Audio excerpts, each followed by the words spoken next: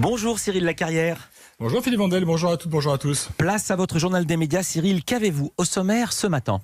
Ce matin, je vous parle de Camélia Jordana qui ne partira pas en vacances avec Christophe Castaner, de Camille Combal qui quitte la radio, des radios privées qui demandent à ce que la pub quitte le service public, du Sénat qui vole au secours de la presse écrite et d'un nouveau venu dans l'univers des podcasts. Mais on commence par les audiences évidemment. Qu'est-ce que les Français ont regardé ce week-end à la télévision ?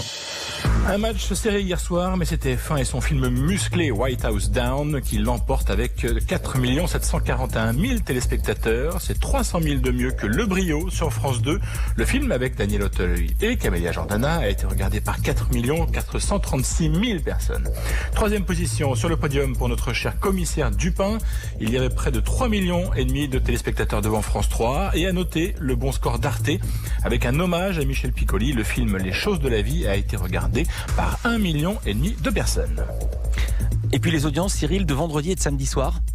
Business as usual, vendredi, Koh-Lanta fait ses 6,5 millions de téléspectateurs.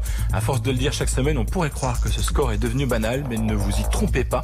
La régularité de Koh-Lanta à ce niveau est exceptionnelle, a fortiori pour une émission dont la première diffusion remonte à 2001. Quant à samedi, là aussi, comme les semaines précédentes, c'est France 3 qui l'emporte.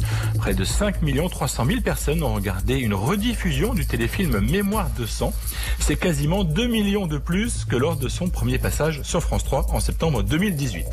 Samedi, c'était aussi le retour d'On n'est pas couché. Et bien malheureusement pour Laurent Ruquier, les téléspectateurs n'ont pas semblé avoir été en manque. Il y avait moins de 630 000 personnes devant France 2. C'est 300 000 de moins que lors du précédent numéro de l'émission, diffusé le 14 mars dernier. On n'est pas couché, on en reparle dans une seconde.